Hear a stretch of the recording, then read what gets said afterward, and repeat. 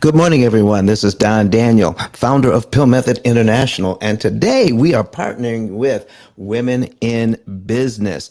We're going to be learning about how to pay off mortgages in 7 years. Not just mortgages, but car loans, student loans, credit cards. Did you know my average client has 13 different debts? That is the average across the U.S. 13 different debts, and it is possible through a process called interest cancellation. You can pay them all off in an average of 7 to 9 years without needing more money to do it. You can use your current budget and you don't have to sacrifice lifestyle either. I'm telling you, it is a phenomenal new way to look at how to manage your debt and to save a ton of interest that you can then reinvest into developing generational wealth for your family. Yes, take your debt and turn it into wealth. That's what we're going to be talking about today, Jared. Absolutely. And I know this is like going to be kind of a mind blowing concept to a lot of people in the audience. So if you have a question, if you're like, how do I actually pay off a mortgage in 7 to 9 years?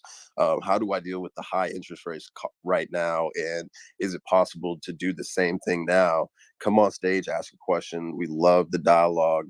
And you also want you to go ahead and come come to the YouTube channel and see what Don is doing live in his studio, so it can help you see exactly how he does it and how he cancels uh, uh, years of interest by paying off the right amount at the right time using his system. So if you want to see this live on your screen, go into the chat. I wrote in the instructions. Go to ice10kvideos.com on your laptop, your iPad, or your desktop. That way you can stay in the clubhouse and be able to come on stage, but you actually can watch the magic happen on YouTube as well. All right. So what we're going to be doing is some quick moderator introductions and then getting into an example or getting into questions. But we prefer to get into a question. So Omar, I said you're skeptical of how this works. Feel free to raise your hand and come on stage. And that goes for anybody else that is like, how does this work? We'd love to walk through an example with you. But before we get into the moderator intros and the content, I'd like to Don to introduce himself and to let people know what you're going to experience in today's room. All right, Jared, thank you so much. Again, my name is Don Daniel, founder of P.I.L.L Method International, a better way to eliminate debt. We have a #1 best-selling book on Amazon by the same name. So take a look at that in my bio. We're also going to be putting it on the screen. The name of that book is The P.I.L.L Method, a better way to eliminate debt. And the reason why we picked that subtitle is for the last 16 years, everybody that I've talked to, every single person that has become a client has said about the same thing. Don, I was looking for a better way. And we provide that better way by showing people how to read an amortization schedule. Did you realize that banking has been doing loans the way that we are currently paying back mortgages and other loans since 1934? It is 88 years old this year. And I've been asking people for 16 years, Jared, has anyone ever given you a class on how amortization works, how the bank makes its money through interest, and how to defeat it, how you don't have to pay all of that interest? And I keep getting the same answer: no, no, and no. Folks, it's time out that we got the information that we've been looking for such a long time. You can borrow money at a discount. You do not have to pay all of that interest. There's a way to disrupt the bank's timing, which makes it impossible for them to charge you that interest. And you can pay, because of all the interest you do not pay, more of your money goes to principal. Therefore, you're paying off the debt in an average of 7 to 9 years. And listen, folks, if you have a question on how all of this works, you want to come up to the stage, because we're going to be talking about some things that may be a little counterintuitive because of how amortization schedules work.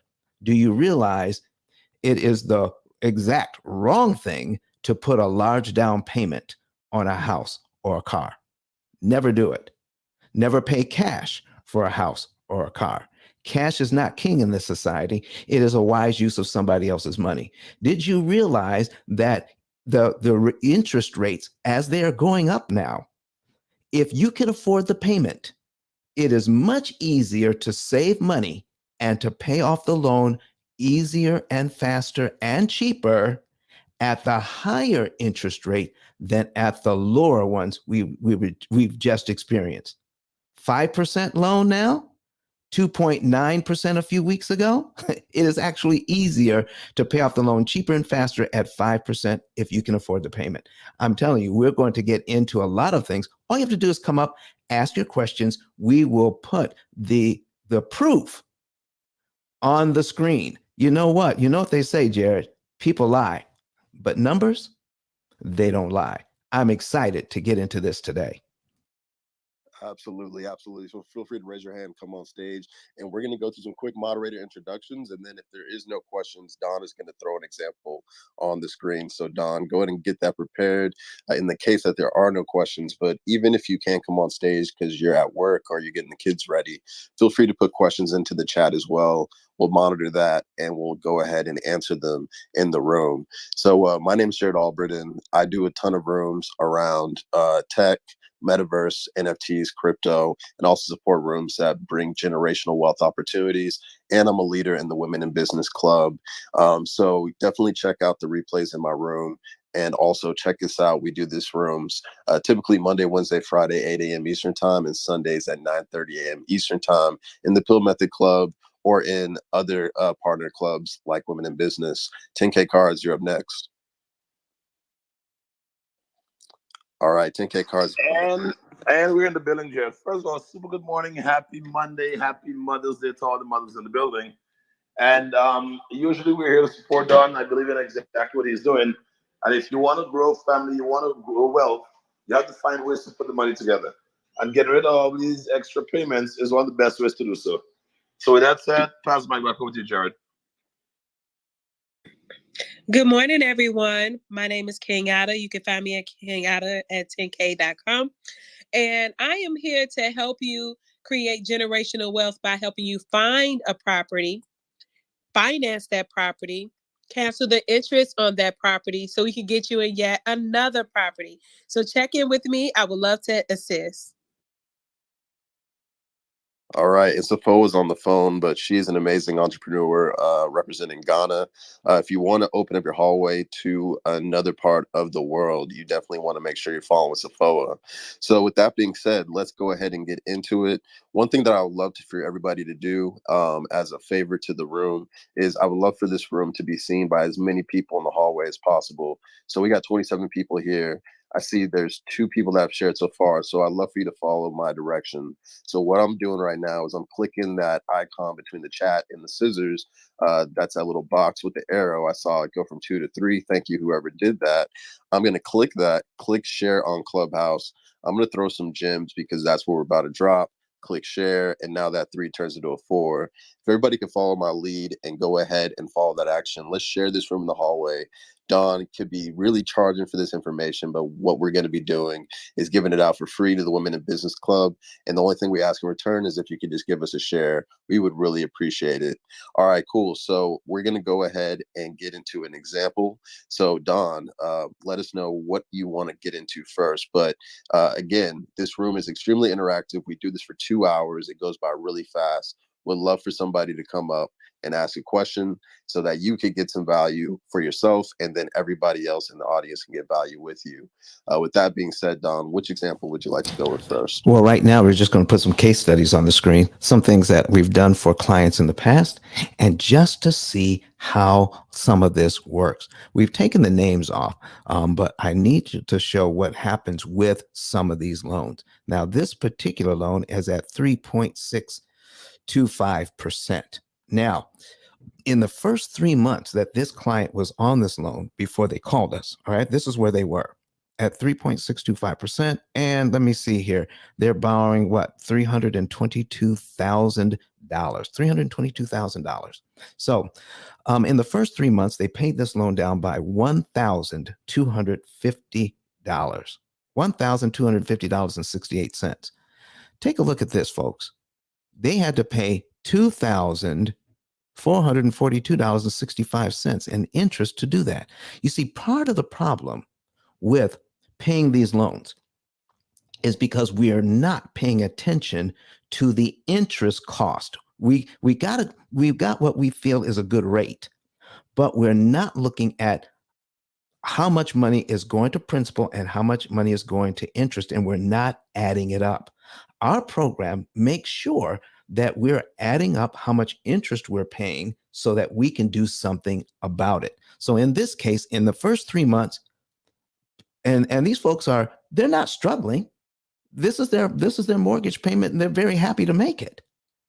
But only $1,250 out of the money they paid went to principal, while $2,442.65 went to interest. And I need you to take a special look at the next line. So what we do is, if they're new to a mortgage, we project out 5 years what would happen after we add it all up for 60 months at 3.625%. Okay. And in 5 years, they will pay this loan down by $27,269.09. But look at how much interest they'll pay. $46,570. My goodness. Folks, that's $73,000 paid out. 73 grand paid out in 5 years. And all they get out of that is $27,000 in equity. There's something wrong with a system that everybody buys into that says this is the right way to pay for a mortgage. When I put my money down, when I pay that mortgage payment, 70 to 80% of my payment dollar goes to interest. That is not right. There's something wrong with that. And folks, it all has to do with how we've been taught to manage a loan. It's not based in fact that we have to do it that way. We can do it differently so we don't have to pay all of that interest. Oh my goodness. The same formula that the bank uses to charge all this interest, we can use that same formula by reconstructing it in a different way so that we can pay less interest. I'll get into that in just a minute, but watch this. So, how much interest does the bank want this particular homeowner to pay on this loan? $190,000. $190,516. That's how much interest. So let's take a look at this thing. If we take a look at the left side, that is what the lender wants. $322,736.94 is what they owe. And they're going to be able to pay this off in 29.7 years. But the reason why it takes them so long is the $190,000 in interest on top of what they owe that they have to pay out. That is a lot of money. Or they could do this by following our program. Instead of paying out $190,000, they'll only pay out $71,537. Pay off the $322,000 that they owe and do it in 9.9. And see, folks, this is how this is done. What a client would typically do, is send us all of their financial information.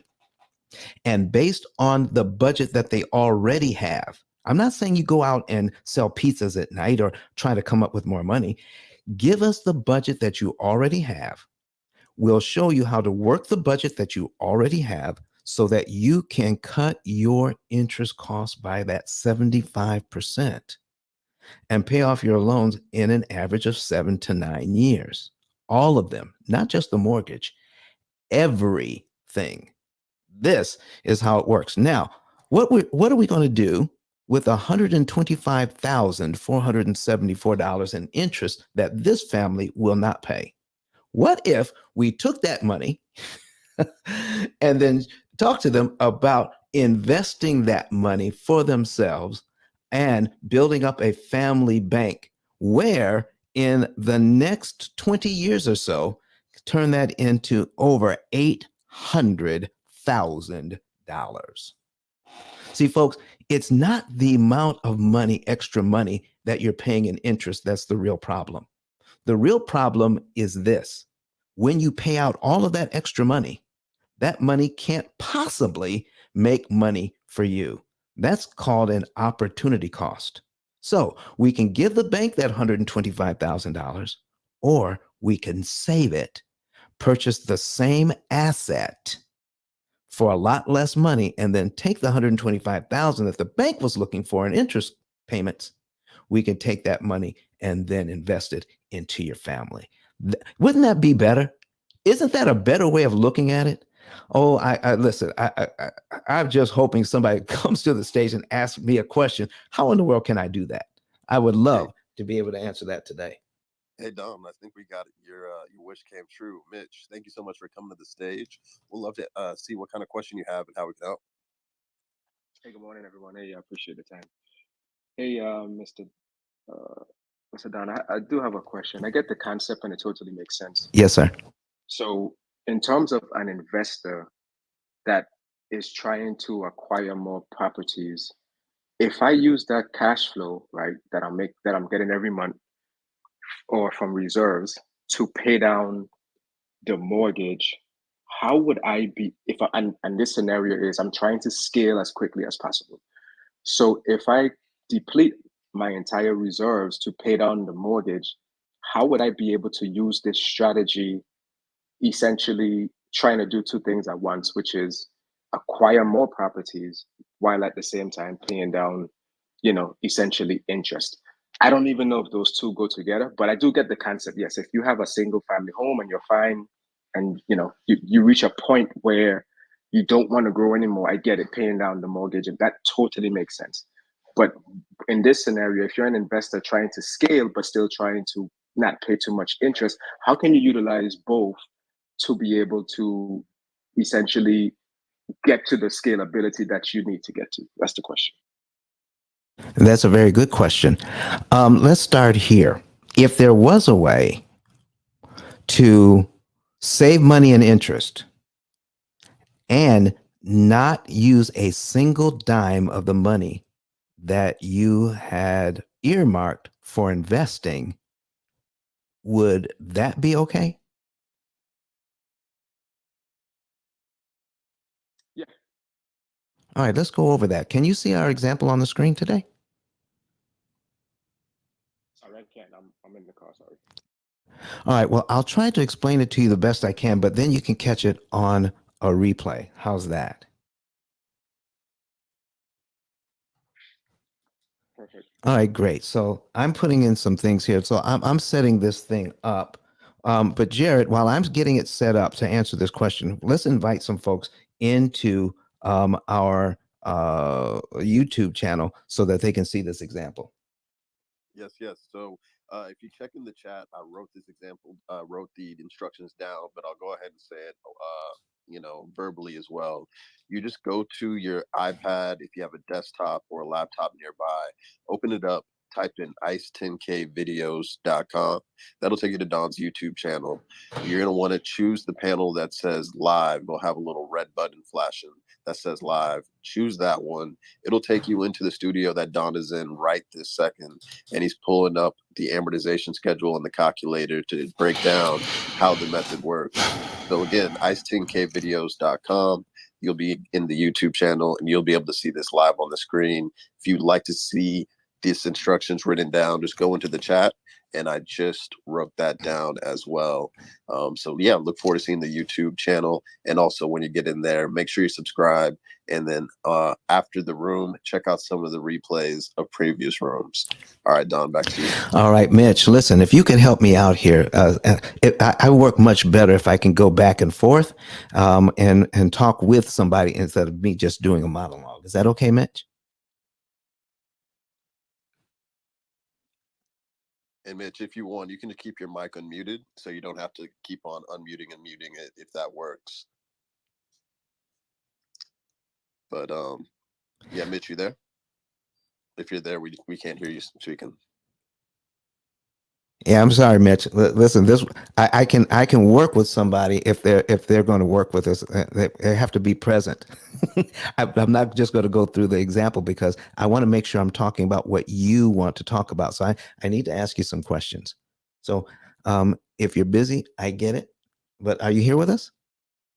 Yeah, can you come back to me then? Because I gotta go and do something, All please. right. Listen, come back to us when you're ready, and I can go over your example for you. Okay. Okay. All right. Who's next? All right, Omar. So I totally get your sentiment, Omar. This is kind of definitely a paradigm shift in terms of the concept of paying off all your debt in 7 to 9 years. So, Omar, what's your question? And we'd love to actually go through it with you. And if you can see the YouTube channel, it'll be even better to help you understand the concept. So, Omar, let us know what your question is. Thanks for taking my question. Yeah, I was skeptical. You know, not that I don't believe that you can't, but is the pill method? Um, would I have to pay extra um, into the principal? Is what I want to ask. Well, basically, how about this? My question is, how do you know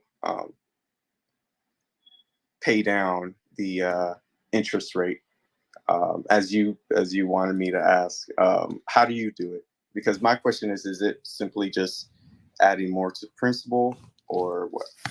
Oh, listen, that is a great question. So here's what you won't need to do. We help our clients. What they do is they send us over their current budget situation. So what they're doing currently, the same budget that they use to qualify for their loans, for their mortgage, for their student loans, for their car loans. So we're using that very same budget and we're showing them how to use that budget to cancel interest so that you can get out of debt faster. You don't need more money. You just need to pay less interest. So first of all, you won't need more money. So is that okay? Um, uh, is that okay? As in how? Is that okay if you don't have to go out and like sell pizzas at night to get this done? I'm curious to see how you could do that. Sure. All right. So can you see our example on the screen? Because it is so important to see what's going on because it's so hard to visualize, especially if this is the first time you've seen interest cancellation. Yes, I can see your screen. All right, great. So let me go over, let's go. I'm going to change screens now, and we're going to go over an amortization schedule, a $200,000 mortgage. Okay. Okay. All right. And we're going to put that on the screen. What I see right now is the Well, it takes a little longer to share on YouTube. It takes we're a few seconds behind. sure. All right. So let me give you an example here because loans are getting upwards to 5.5, 6% now. Okay. It's great. Yeah. But I'm going to show you why that's not going to be a hard thing for you. Let me know when you see this $200,000 mortgage on the screen. Yeah, I see it. Okay, so it's 200,000 at 6%. The payment is 1199.10.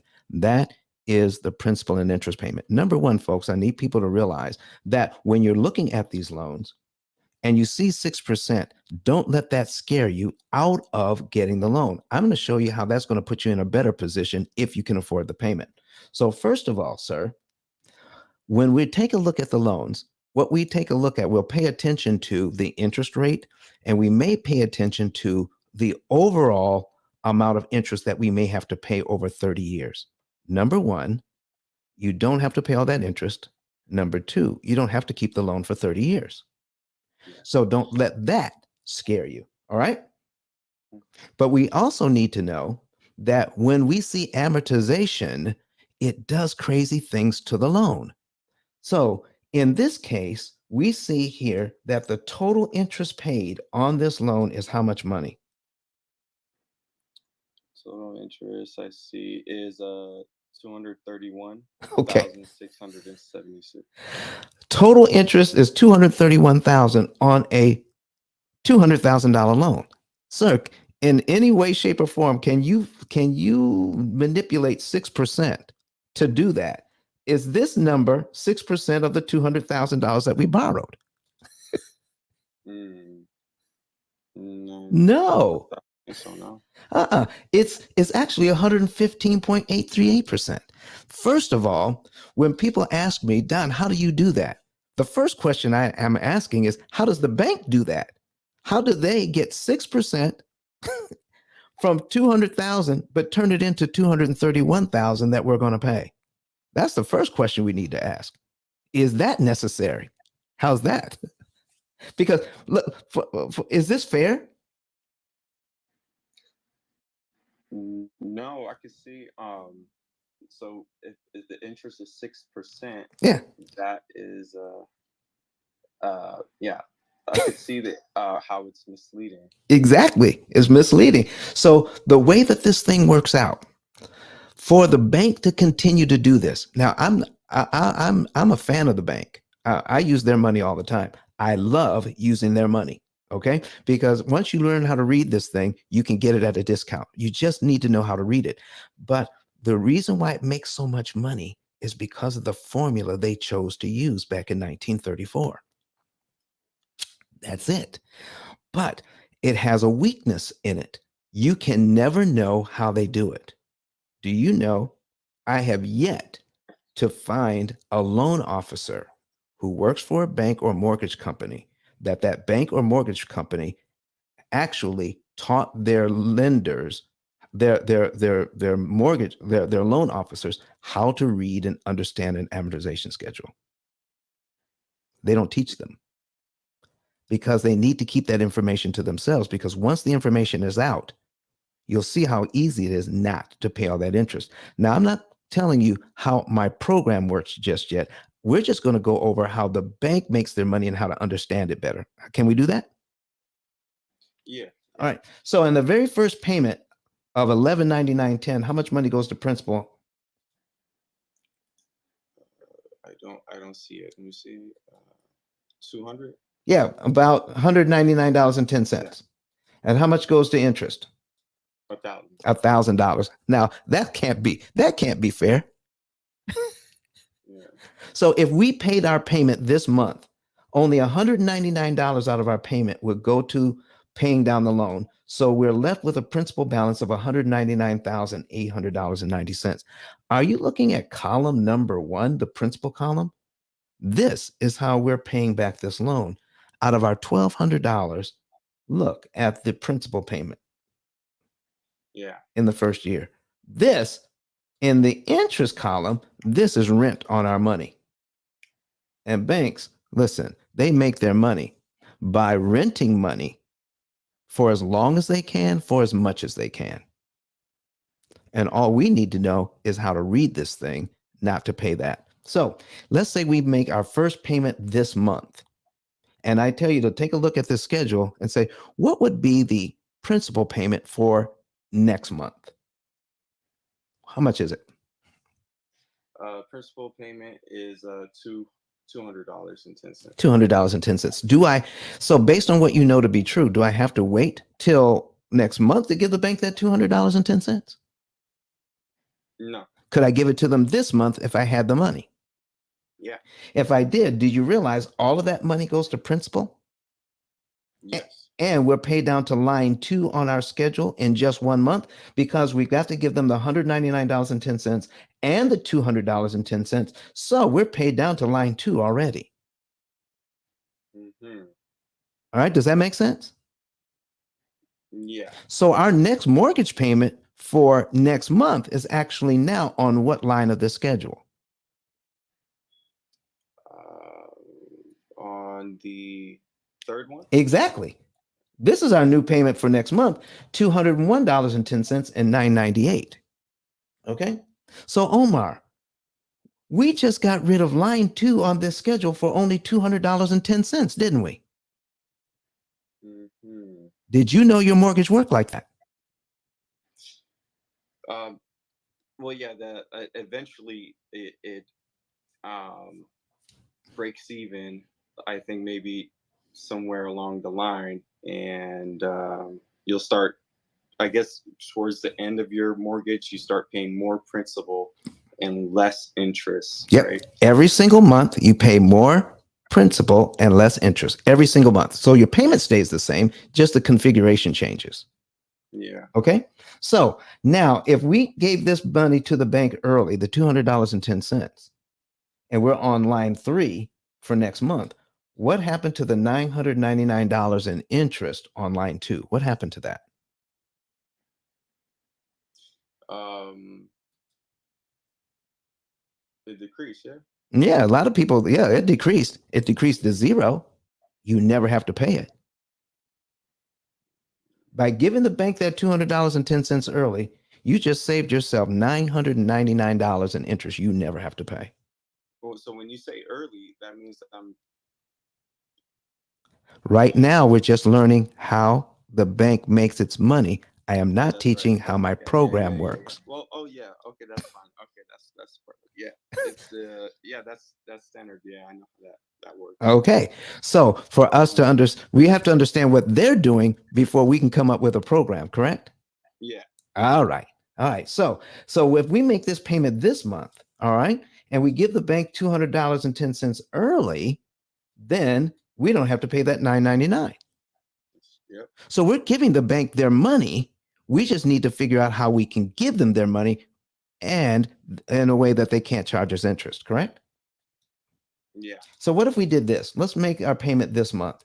What if we had, maybe a little money in the bank? So, could we, if we wanted to, give the bank the principal payment for line 2, line 3, and line 4? If we did that, what would happen to the interest payments on line 2, 3, and 4? What would happen to those? If we're to give it into all one payment. Yeah, if we were to make our payment to this month and give the bank an additional 210, 201.10, and 202.10, $603.10 and 30 cents. What would happen to the interest payments on those lines? I think the interest would drop drastically. Right. And about how much, if we were to round that up, about how much interest did we just save? No, I don't know. Oh, I mean, right here. Where? Line it up. Let's round it up. Mhm. About how much interest is that? It's almost what? I can't see which part where you're at here. Oh, about we've saved about what About $3,000. 3,000? Yeah. Isn't that pretty good? Yeah, I'm really relying on your math right now because I'm I'm trying to follow, but yeah. Okay, so here's what we're trying to say. The amount of interest that you pay is based on how much you owe, right? Yes. Okay, Yeah. so if you owe the principal balance on line 1, that determines how much interest you pay on the very next line, correct? Yeah. All right. So if the bank if you give them your money in line 1, and this would normally be your principal balance, but you give them $200, 201, 202. Now this is the number that they see on line 4. This is the principal balance that they see is on line 4 now. Yeah. And so if they see the principal balance on line 4, that means you owe them interest on what line next month? On 5? Exactly.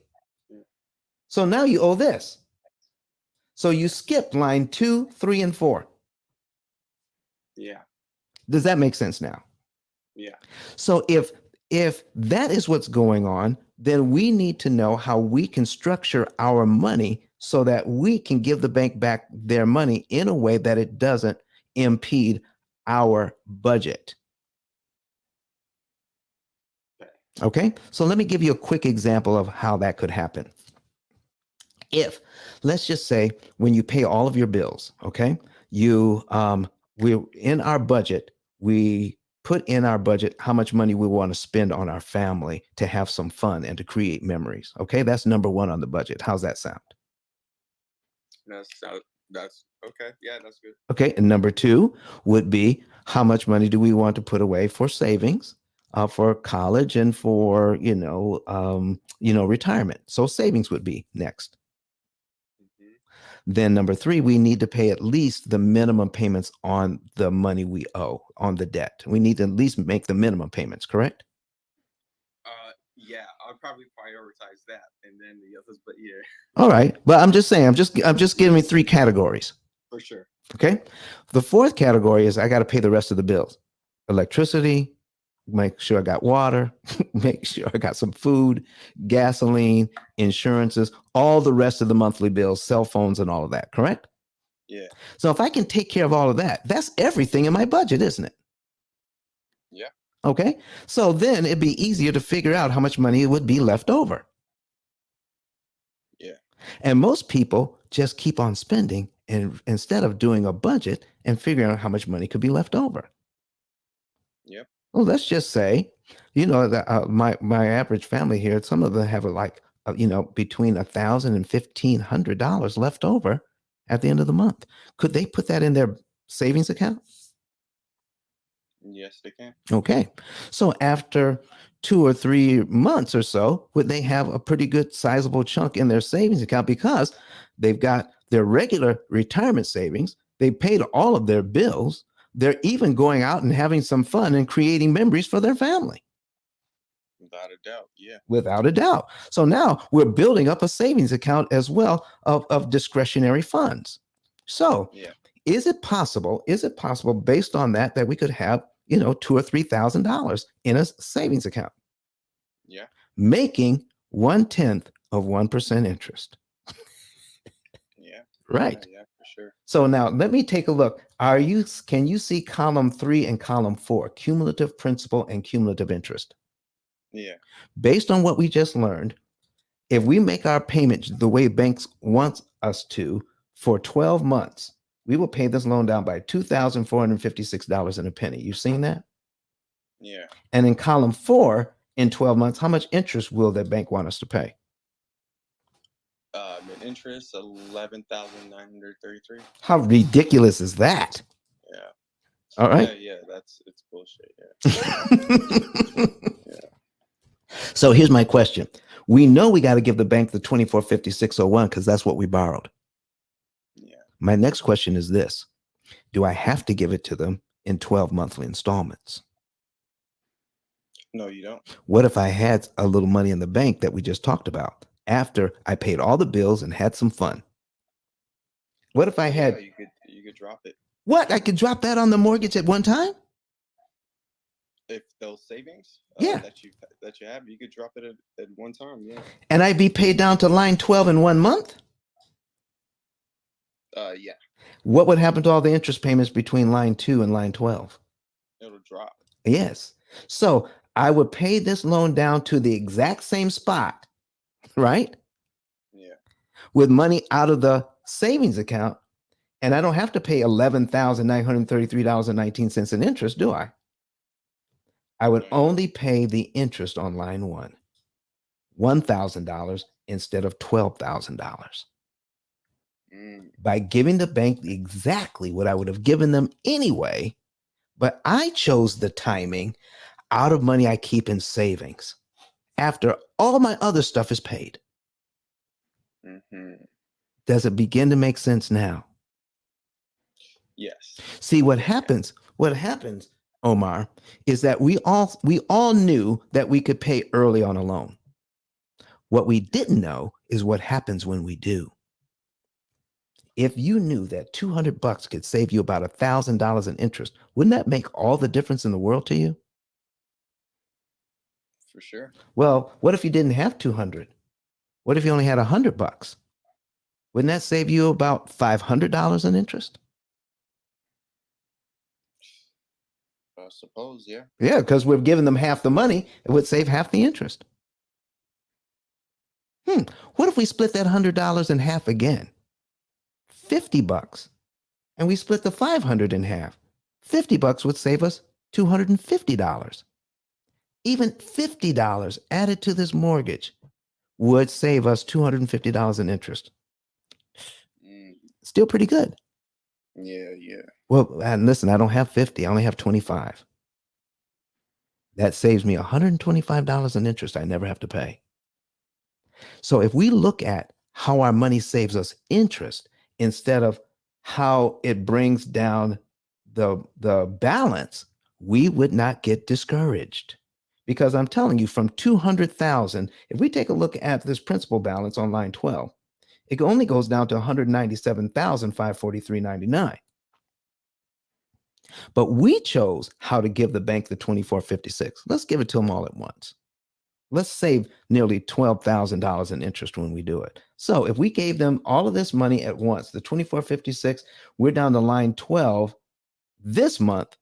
That means our mortgage payment next month is on what line of this schedule?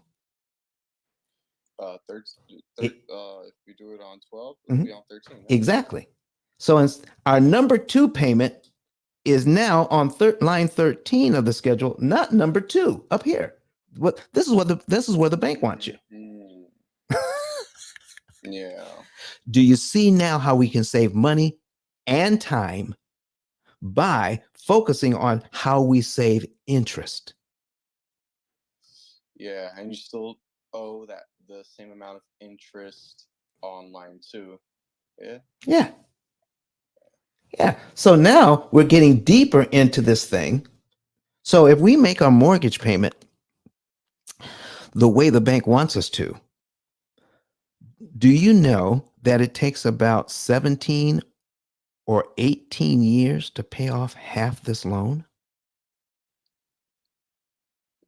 Yeah. So payment 120 would be 10 years. So 240 payments would be 20 years, wouldn't it? Yeah. Let's go down to payment number 240. I'm going to skip down here, and it's going to take a minute to catch up on your screen. All right. So we're going to go down to payment number 240. Okay. And that is 20 years. Yeah. All right. So over 20 years now, this is at 20 years, and we still haven't paid off half the loan. Yeah. $200,000. We pay off the other half. In this case, we're finally down to 240. We got to add, another year on. It takes 21 years. Okay. So we're going to pay off the other half of this loan in the last 9 years. The first half, it took 21 years. Nobody's looking at that. This is just following the bank's program as of like the paying the minimum. Exactly. Right? Yeah. So if we have some money after the fact, this is why we need to not do it this way, but take that little extra money, put it towards here, and then that money that's left over at the end end of the month, and be done in 7 to 9 years instead of 30 years. Yep. Does it make sense now? Yeah, I agree with that for sure. Okay. Yeah, my concern was more about having other debt while trying to do. Well, if you have other debt, now we need to make a decision based on how much that debt is actually costing us. Let me give you an example of this, and then you tell me what most people think, okay? I have a client in California, and he's a doctor, and he tinkers around the house. So he goes out to Lowe's and he buys a bunch of stuff to do stuff around the house with in his spare time. So he gets one of those Lowe's cards, and it's 12 months, same as cash, right? So it's 0% interest for 12 months. It's got about 5,000 or 6,000 on it. Okay. So what is he trying to do in that 12 months? 12 months, he tends on doing payments. Right. And so he's trying to pay that off before the 12 months is up, right? Yeah. And why is he doing that? Why does he want to pay it off before the 12 months is up? Less interest, to pay less interest. Exactly. So this is what he's telling me. He says, Don, he's in our programs because, we have a computer program that does all the math. He puts all of his debt into this computer program. And so he says, I need to raise my minimum payment so that I'm done in 12 months. And I said, why? He says, because if I don't pay this off in 12 months, then I've got to pay all the accrued interest that I would have paid in that 12-month time. And I said, well, how much interest is that? I said, how much interest are you trying to avoid? He said, 17%. I said, no, I mean, how much interest in dollars and cents are you trying not to pay? You know what he told me? I don't know. He never thought of it that way. I said, you're making some financial moves to avoid paying a certain amount of money. You have no idea how much money that is. So he gives Lowe's a call. So it's not just enough to have the debt, but we have to make sure that we're focusing on the right debt at the right time. So when he calls Lowe's up, you know what he comes back? He says, oh, let's go ahead and change that back down to the minimum payment. I said, why? He said, because he found out that if he doesn't pay it off in time, he's going to owe about $300. Can I show you what he was getting ready to do? I'm just going to use, now he's in California. I mean, his mortgage was nearly $1 million. Okay. Yeah. So even using this loan, so he had about $5,000 he's trying to pay off. Mm-hmm. So would he be better off trying to pay off the $5,000 to Lowe's to avoid paying them $300, or taking that $5,000 and putting it on this loan, knocking off 2 years and saving $23,000 in interest? Whoa, I lost you there. Take that 5,000 and put it into the mortgage. Right. Loan? Yeah. So what if he's trying to pay off the loan? What if he just made the minimum payments to Lowe's? Oh man, that's risky. I don't know. Well, remember, at the end of 1 year, how much would he owe Lowe's? $300. $300. So he's trying to pay off a loan that's charging him no interest. Yeah. While this one he's ignoring and it's charging him $1,000 nearly every month. Where he could take that $5,000 and put it here, and it would save him how much in interest? 23 grand. So here's my question. Would you pay $300 to Lowe's so you can save $23,000 on your mortgage?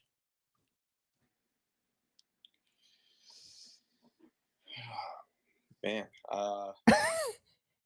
it's kind of hard to wrap our minds around that, isn't it? Because it's going totally against what we've been taught. Yeah, because you're borrowing money to put into another money that you've borrowed, but to pay that one down faster, while you're paying the minimum payments with zero interest on the Lowe's one. Right. So it matters. So what I'm saying is this. I'm not saying ignore Lowe's. What I am saying is be careful which loan you pick based on interest rate instead of focusing on interest cost. Lowe's interest cost is way lower than this mortgage. Can we agree to that? Yeah. Then we should be focused on how to save interest costs instead of the good feeling we get by paying off something, not knowing why we're paying it off. We're paying it off to avoid interest. Well, you got to figure out which loans you want to attack first, second, third, fourth, and fifth to make sure you pay the least amount of interest, because the more interest you pay, the longer you stay in debt. Cut your interest cost, you get out of debt faster. That is the thing. And that's what our program does. It acts like a financial GPS. It tells you which loans to attack, what month to do it in, what day of the month to do it on, and with how much money, and pays off all of the debts in their right sequence to save the maximum amount of interest.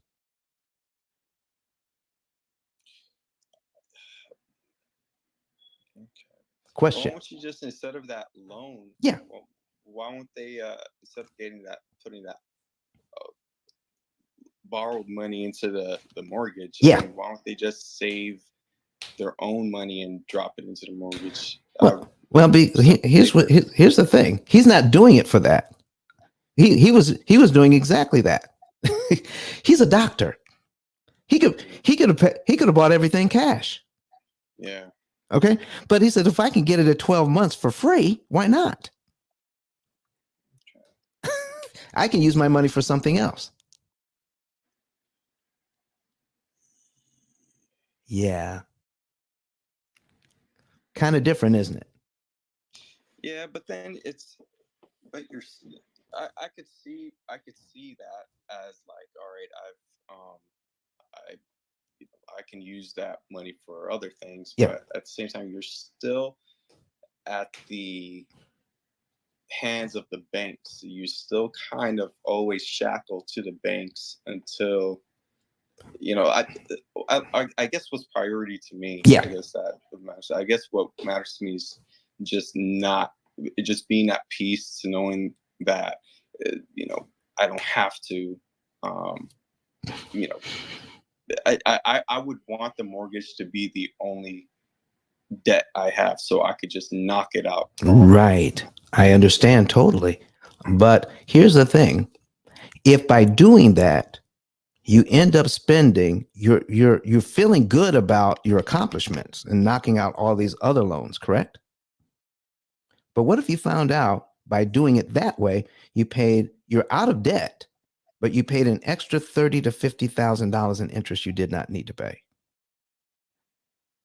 How would I do that? How would I be owing more in interest if I'm dropping more? Because you're paying off the wrong loans at the wrong time. You're focused on the loans that cost you the least and leaving the loans that cost you the most. Don, can you give Omar the example of the guy with the car that paid off $40,000 and what he would have saved on his mortgage instead of paying off the car? I could do that. Give Omar that example, it would help. Okay, Omar. So what she's talking about is a guy called me not too long ago, and I'm going to put his mortgage on here. Okay. Yeah. All right. So we're going to put his mortgage on. His mortgage was $700,000. Okay. 700,000. Right. At 4% interest. All right. And this is his payment. He's okay with that. All right. So now he calls me up and he says, you know what, Don? I got this Tesla and he makes good money and he's got plenty of money in the bank. All right. He's in Arizona. He's a sales manager for a company that does solar panels and they're killing it out there. Okay. So with his bonuses and stuff, he's got plenty of money in the bank. So he's driving down the road in his Tesla and he calls me up and he says, Don, I've been studying this thing. And so I took $40,000 out of my bank and paid off my car. The $700 I'm no longer paying on the car, I'm adding to my mortgage principal every month. So he paid off his car so he can take that $700 and put towards his mortgage every month to help pay that off. Is that kind of what you're talking about? Yep. Okay. So he said, so I said, well, that's what the experts are teaching. Why are you calling me? He says, well, because I saw one of your videos online and I'm wondering if I did the wrong thing. So I asked him, by paying off the car, how much interest did you save yourself? And here's why I asked that question. If all of your bills were 0% interest forever, is there any benefit to pay them off early financially if they're 0% interest?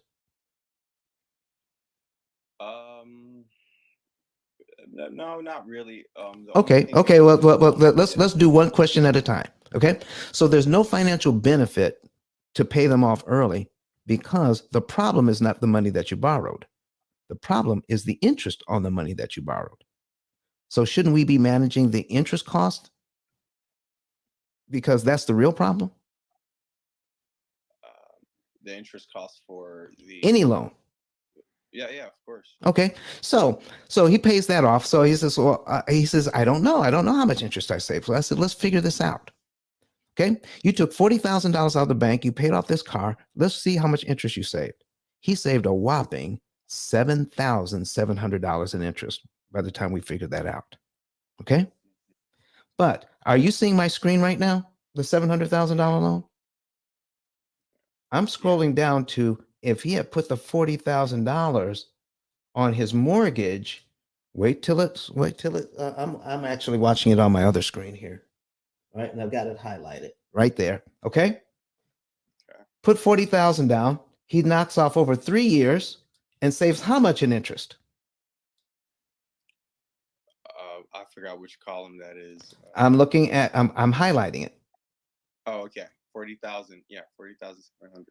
Okay. Oh, 86,000. So he took 40,000 out of the bank to pay off his car in order to save $7,000 in interest. Would he have been better off to take that 40 grand and put it over in the house to knock off 3 years and save $80,000 in interest? Did he make the wise choice? Because his 40,000 he could only spend one time. And what did he buy? $7,000 worth of interest savings when he could have bought $86,000 in interest savings.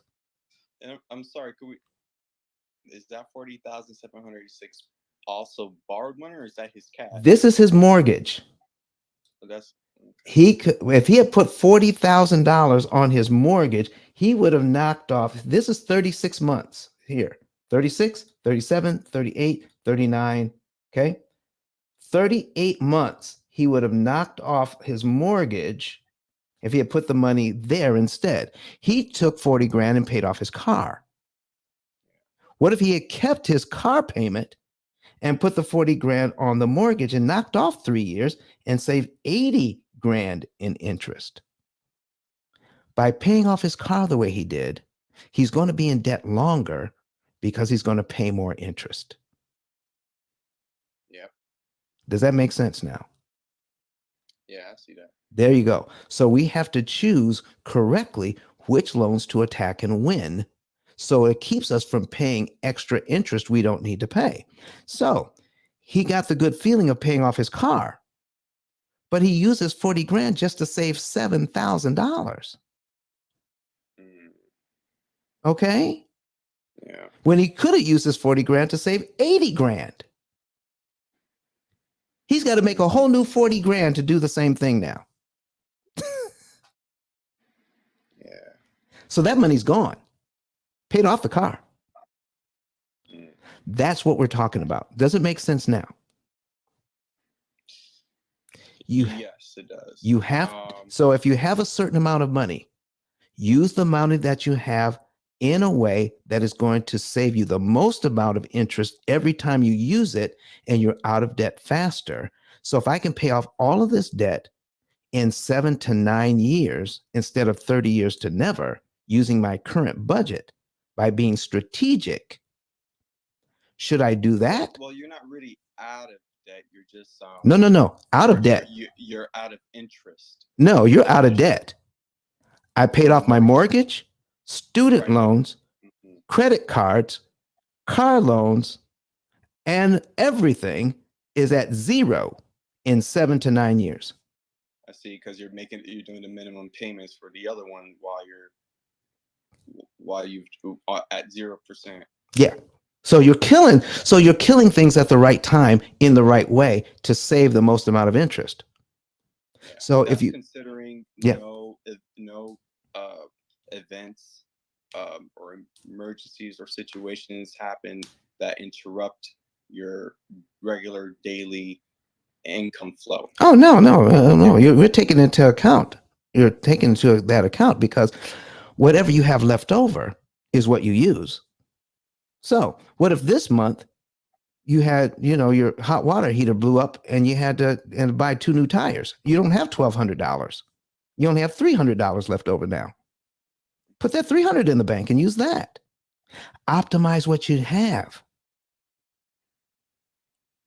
So whatever it is that you have, use that. Yeah. That's what we're talking about. Okay. Yep.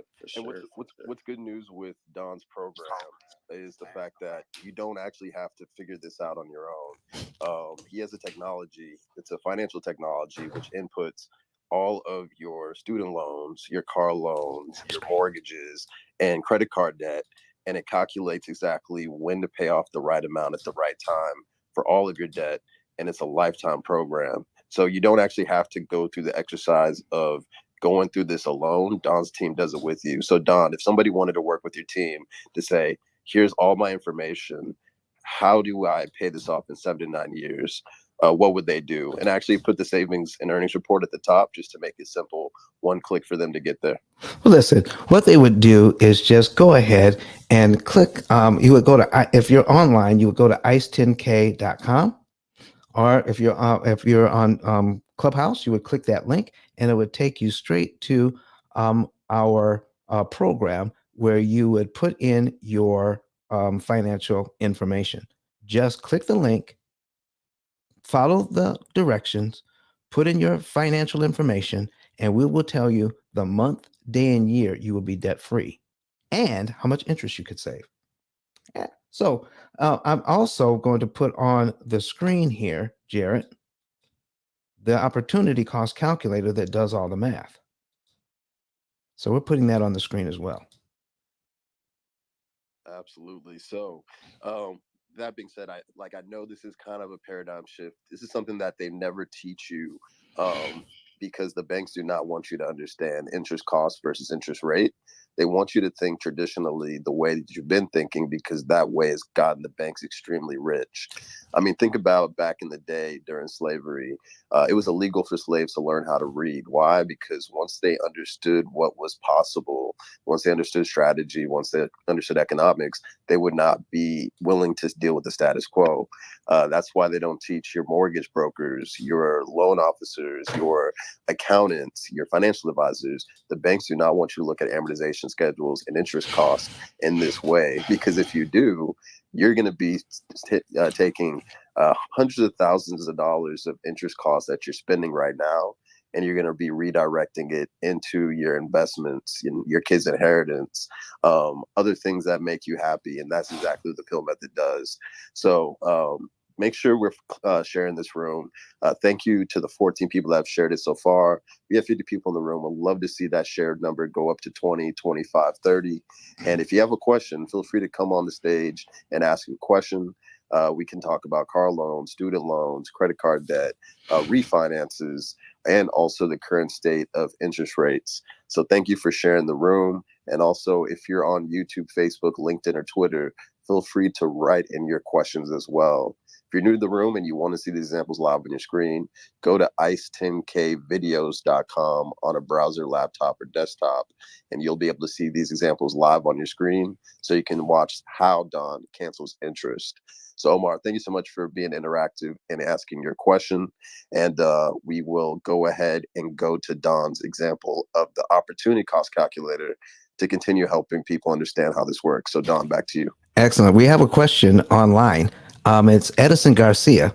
Edison asked, are the payments made in one payment, principal and interest, or would you make a normal payment and then a payment directly on the principal? Well, the second part is correct. You need to make your regular payment first. You can't put a dime on principal until your regular mortgage payment has been made. Once you make that regular mortgage payment, you can put any amount you want on principal. That's how it works. All right, so folks, here's what we have on the screen here. We have the opportunity cost calculator that helps us to understand what's going on. Let me go ahead and I'm going to pull up that $200,000 mortgage again. I'm going to go to the accounts tab. We're going to take a look at the accounts tab. And when that loads in, you'll be able to see John and Rebecca, how much money they have in the bank, They have $500 in checking. They've got $5,000 in savings right here.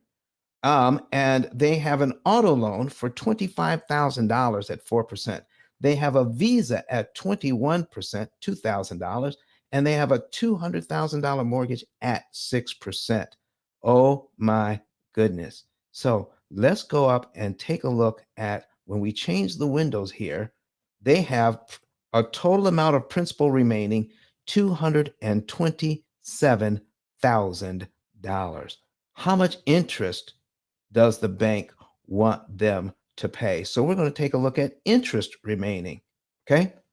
They're only going to pay $56,614 in interest. They're going to save $179,528 in interest with what we're doing. But the bank wanted the $179,000 and the $56,614, but they're only going to get this. They're going, John and Rebecca are going to save that $179,000. Oh my goodness. And instead of 30 years, we're going to change this to pay off, years to pay off, 7.7 years to pay off. How about that? All right. Is Mitch back in the house? Talk to me. I'm here now. Okay, Mitch. How are you doing, sir? I am fantastic. Yourself? All right. Did you get to hear any of that we were just talking about? A little bit. I just jumped back in. So. All right. Yeah.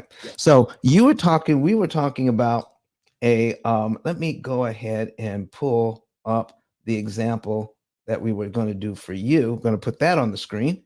And I'm going to now switch over to a real estate investor client. Okay. And then I'm going to I'm going to tell you what he told me, and you tell me if it sounds familiar. Okay. All right. So we're going to stop this screen and we're going to share a new screen. And Mitch, if you want, you can keep your mic off mute so that you can just go back and forth with Don. Yeah, because I work better if we can go back and forth. Okay, Mitch? I got you. All right. But you're going to have some kids in the background. That's all right. We love kids. Okay. This is what we're doing it for. We're doing it for the kids. Bang, bang. Okay. So here's what we have. We've got a guy here who's got $2 million. We're going to put that on the screen. We got $2 million in loans. All right. Makes sense. $2 million in loans. So wait till it shows up on your screen. And there we go. Here it is. $2,236,000. And the bank wants him to pay $1,123,195 in interest on that and pay it off in 21.9 years. Okay. So here's his situation. He's paying on these two loans. His mortgage is $14,000 a month, a little over $14,000. But because these are office buildings, he's cash flowing over $41,000 a month. Okay, sound good? Yeah. So he says, Don, I read your book.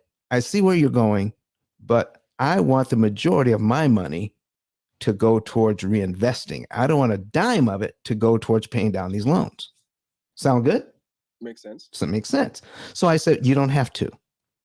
So what he tells me is that, but he does put a little bit of money out of that money. He puts a little bit away in a savings account so he can do maintenance and repairs. He's putting about $6,000 a month in that maintenance account. So do you have an account that you can, you do maintenance and repairs? I do. Okay, so this is what we talked to him about. So let's go over where he is now, and then I'll tell you how we fixed it, okay? Okay.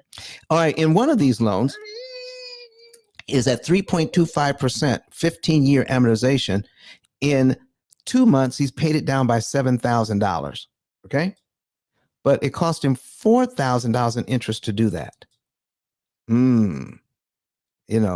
That's like, when you add 4,600 and 7,300, that's what, $11,000? I pay out $11,000, but I get $7,000 worth of benefit because the interest is the cost of doing business. Now, on the second loan, which is a 20-year amortization, or is it 25? No, it's a 20-year amortization. All right, 37 months. He paid it down by $99,795.91 because he just made the minimum payments because his property are cash flowing. He was taking the majority of the money and reinvesting it. But he never counted it up that it cost him $222,000 in interest to get here. In your opinion, is that too much interest to pay for $99,000 worth of equity? It is. Okay, let's see what we can do about that. Okay, so here's where we are. Here's what I did for him. Instead of paying this over 21.9, he said, okay, we're going to pay off the $2 million that we owe. The bank wants $1,123,000 because I'm just going to make the minimum payments on everything so we can reinvest the money. But I showed him how to pay only $243,000 and pay everything off in 4.9, saving him over $891,000 in interest he doesn't have to pay. And over the next 18 years, we're going to take that interest savings and turn it into over $9 million. Are you seeing that? So let me ask you a question. Yeah.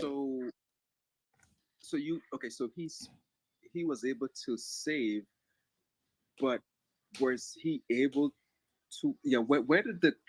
I'm a little bit confused. That's the next question. Where did he get the money to do this with? But not that, right? But the second question is the. Okay, so essentially you're saying that he saved the cash, which means that the savings is what he used to purchase other properties. Yes. Yeah. Okay, go ahead. So what he's doing is, by doing it the way he was doing it before, he would have given the bank an extra $891,000 in interest. He's now able to acquire the same asset for a lot less interest cost. Make sense? It does. Okay, so here's how we did it. I'm going to switch screens again, okay? I'm going to show you what we looked at. So he's putting about $6,000 a month into his reserve account, right? While he's investing the other money. Gotcha. Okay. Okay. So let's go over to here. Here's one of the loans. And I'm putting that on the screen right now. So here's one of the loans. It's $1,488,906.65. That's where it started. Okay. His payment on that loan is $8,700, $8,704. It's a 25-year loan. Okay. Now, he was perfectly satisfied before he read my book because he's paying $14,000 out on two loans, but he's making $41,000 in tenant rent, which is pretty good. Makes sense. But he says, now, Don, I can't touch this rest of this money. I need to go in investment. I said, well, what about that money you're putting over there on the side?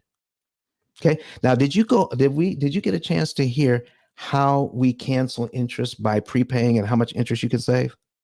Yeah, I can. I understand the concept. You can understand that concept. Okay. Yeah. So I don't have to start there. Let's start here. Okay. So in 1 year on this loan, he's paying about $2,500 in principal, $6,000 going to interest that he was ignoring before because people are paying him well.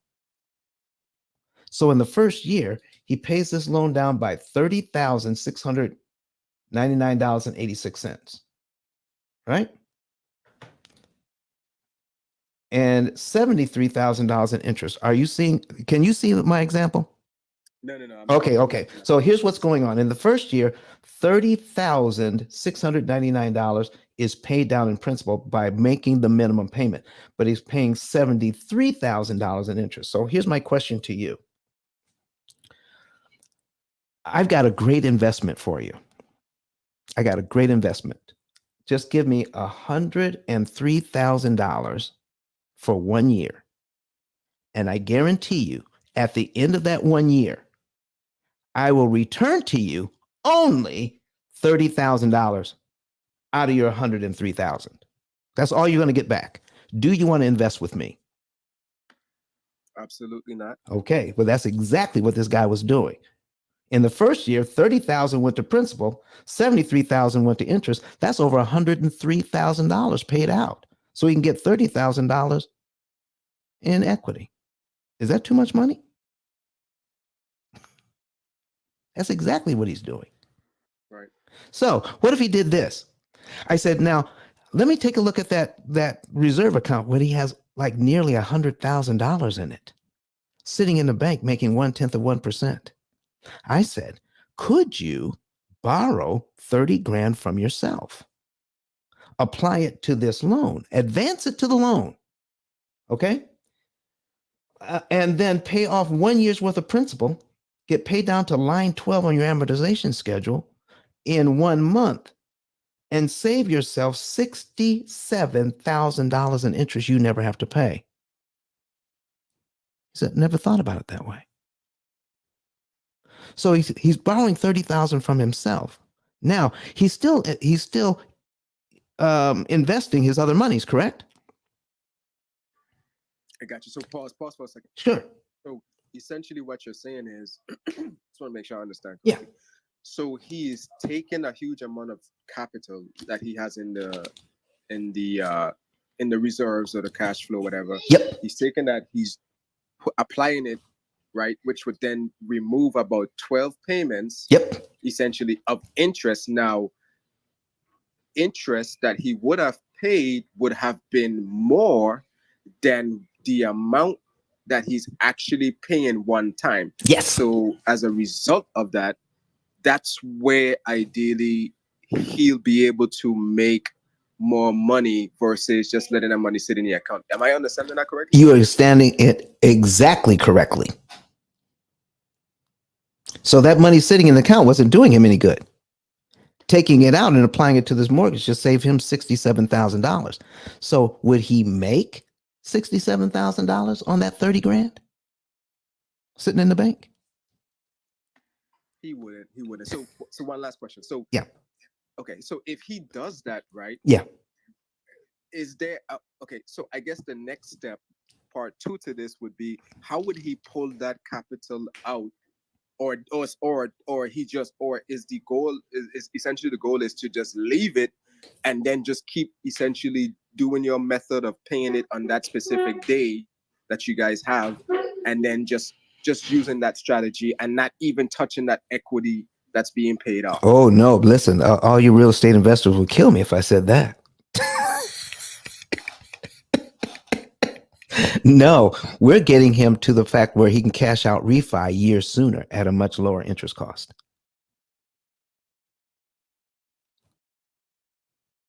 Okay, so let's say he wanted to pull out $100,000 on this, out of this property to reinvest. Take his equity out and reinvest it. Okay. Okay. So if we go down to where it says $100,000, that's it takes about 3 years to do that if he were just to make the regular mortgage payments, but it costs $228,000 in interest to get it to where he has $100,000 in equity just by paying it down. We're right now we're ignoring market conditions. Okay. Market conditions can actually help us to increase our value as well. But if we're just paying it down to get it to where he wants to pull out 100,000, it's going to cost him $228,000 in interest. So to get that equity out, is that too much to pay? 228 grand in interest just to get 100,000 in equity.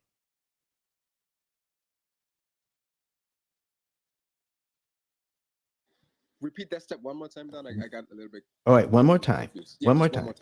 Okay. By paying his mortgage down the regular way, to pay it off by 102,000, to pay it down by 102,000, the bank wants him to pay $228,000 in interest to get $100,000 in equity, a total of $300,000.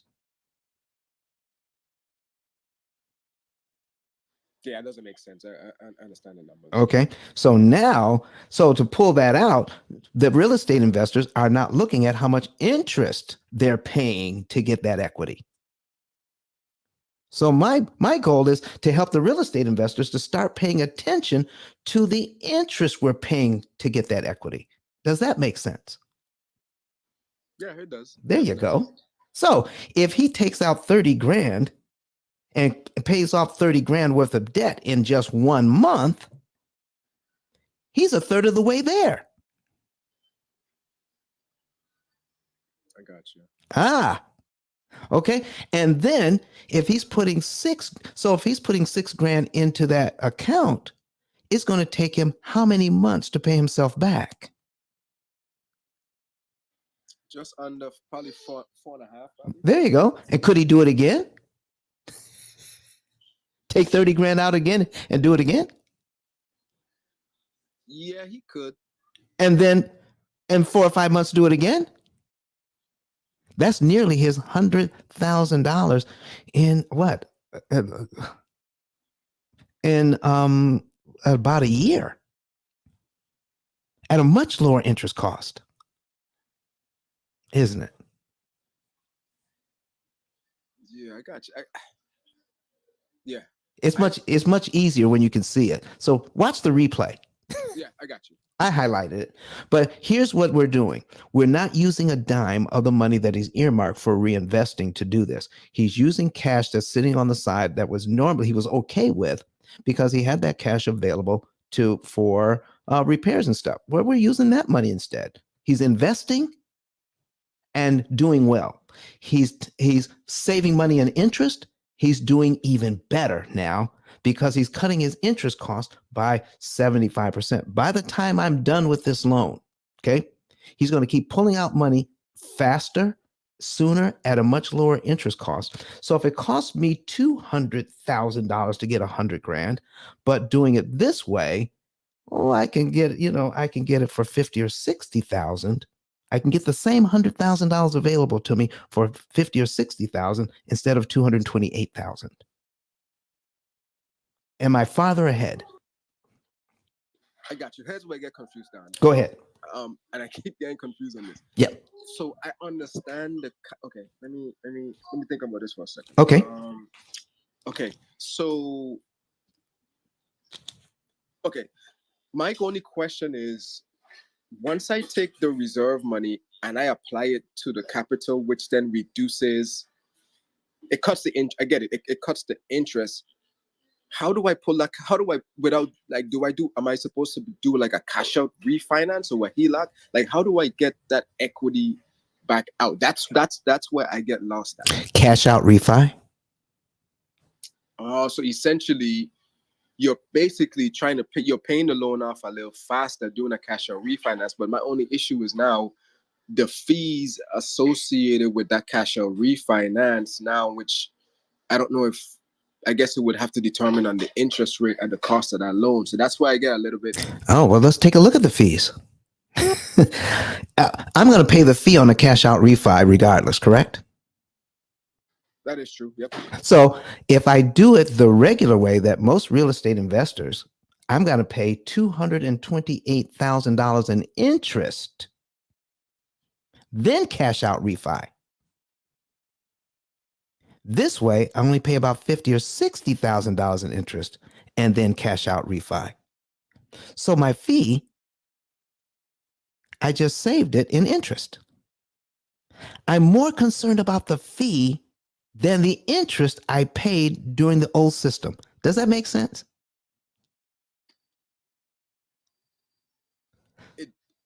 It does, but unpack. So I save over $100,000 in interest. Gotcha. Okay. So I can pay a $10,000 fee. I got you. Okay, I see what you're saying. I see what you're saying now. Yes. Okay. Yeah, I'm going to pay the fee anyway. Right. Okay, I got you. So listen, what we're trying to do, folks, is just make sure that we stop giving the bank all of that money when we don't have to. Hey, so Don, there was a great question in the chat. Go ahead. I love it every time you answer it. So April asked, will this potentially trigger a prepayment penalty? If so, is it worth it? There you go. Let's ask that. And when we do the math, if we ask the question, instead of prepayment penalty, let's ask the question, what is the prepayment cost? Because it costs to prepay.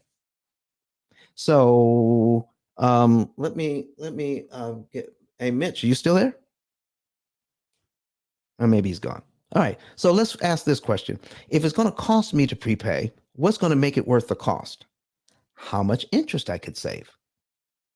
Okay, I'll give you an example. We talked about this yesterday. Had a client in Canada that was going to save $100,000 in interest. All right. For prepaying the loan. And in Canada, I'm telling you, even residential properties have prepayment penalties. So I'm saving them $100,000. They were concerned about the prepayment penalties. The the bank has a calculator that we can calculate what the prepayment penalty would be. Now, what they don't calculate is what your interest savings will be. They relied on us for that because the bank is not going to tell them how much interest you save when you prepay. That's number one. All right. You follow me, Jared? Absolutely. Okay. And of course, why would they, right? Of course. So, Of course. exactly. So now that we told them that they're going to save $100,000, now let's go calculate the prepayment penalty or prepayment cost. The prepayment penalty was $1,200 in order to save $100,000. Now that they know how much interest they're saving, now can they have the prepayment penalty in the proper context? Absolutely. And I love how you take the word penalty, which has such a painful connotation to it, and you turn it into just cost. And it's like, all right, if I'm saving 100,000, but it costs me 1,200, it's a no-brainer. But people get caught up in the fact that they're being hit with the penalty. And you got to think about it from a bank's perspective. Why are they hitting you with the penalty? Because they know how much money you will be taking from them if you end up doing this. They also know by using the word penalty, you just keep paying $100,000 in interest you don't need to pay. It's crazy. Because we won't do the math. Yeah, so this is why I love this room, because I do this room 4 times a week with Don, and every time I still get blown away with how crazy the system is and how the setup is with banks, and how Don is literally like changing people's lives and changing people's financial trajectory with this information. So Don, for the people that are new to the room, if they click the link at the top, which is ice10kreport.com, what are the steps that they could take to work with you and your team to figure out how they can be debt free in 7 to 9 years? Jared, it's very easy. By clicking that link or going, if you're streaming, you want to go to ice10klive.com, and then you're able to see that. You can then find our savings and earnings report. Okay, so you find that button, click on it, follow the directions. It will let you into our financial form. Put in your financial information. Someone from my staff will then give you a call and then set up a consultation. You will then know the month, day, and year you could be debt free, which is usually within a 7 to 9 year window, and how much interest you could save. But the best thing, Jared, the best thing is you don't need more money to get out of debt. You just need to pay less interest. And we're going to go over that with you, and you'll be able to use your current budget, save that money in interest, and start putting it towards building your family's financial legacy. That's what we're about. Stop giving that money to the bank and invest it in your family. That's what we're all about, folks. Jared, back to you. Yep. And so we've gone through these examples today, and we really appreciate both of you for coming up. But it's crazy because one thing about your mind is once it's locked into a certain reality, it's sometimes hard to shift it to a new reality. But it takes a process, and once you're through that process, you hit the aha moment, and then it's like, okay, this totally makes sense, and now I see what what working with the banks look like now that I see it in this way. And that goes with the same thing when it comes to just approaching business and approaching friends and family relationships. Once you shift your mindset, so many things open up. And we have this amazing event happening May 20th to the 22nd. And Don, I would love for you to just tell people a little bit about this event, what inspired you to do it, and what we'll be doing there. And I would love for Crystal to also talk about her experience in the past with Don and why she signed up. But Don, please let everybody know about this link at the top. I will. Let me go back to my screen, though. Let's go back to my screen. And what you described, Jared, is called cognitive dissonance. All right. It's the term cognitive dissonance is used to describe the mental discomfort that results from holding two conflicting beliefs, values, or attitudes. People tend to seek consistency in their attitudes and perceptions. So this conflict causes feelings of unease or discomfort. We believe something for so long. We have a certain mindset, but we just heard valuable information that conflicts with everything we have been believing for years. So what some people do, instead of changing over to the new and better information to relieve their conflict, to relieve the pain from the conflict, they continue to do what they've always done. That is how they resolve the cognitive dissonance. So it takes a new mindset to do the new thing. It takes a new way of thinking to do what we're talking about. And this is why we put together a conference called Developing a Spiritual Money Mindset. It is having that. We can go to that now, putting that on the screen. So when we go to the spiritual money mindset, folks, having the right mindset to level up, having the right mindset to be able to change to new and better information. Let's see. The reason why I wanted to go here is because of what I was able to experience. But I experienced this, Jared, late in life. I'm not a youngster like you guys. I'm 67 years old. And it took me years to get here. But what if I could teach it to somebody who's at like age 20 or 30 or even 40 or even 50? If you can get this years sooner, where will you be able to be? So we're bringing 16 speakers from across Clubhouse and across the USA that are at the top of their game, and they're going to be teaching you their game and how you can level up in STRs, how you can level up in lending, how you could be a business purpose lender, how you can borrow money with no money out of pocket, how you can be a serial entrepreneur. Listen, folks, we got Jay Massey is going to be in the house, Jonathan Bing, Alicia Cooper. We have listen, we've got so many people. Los Callahan is going to be there. We have Dr. Ashley V. Wilkerson is going to be there. So many people who are at the top of their game. They're going to talk to you about their mindset that got them there. But the number one mindset coach in the entire country, in the entire world, the number one motivational speaker in the entire world is going to be there. E.T., the hip hop preacher. Yes, sir. Dr. Eric Thomas. So folks have been asking me, Don, why are you holding this at the Gaylord Opryland? That is a 5-star resort. You could have held it at the Holiday Inn a lot cheaper.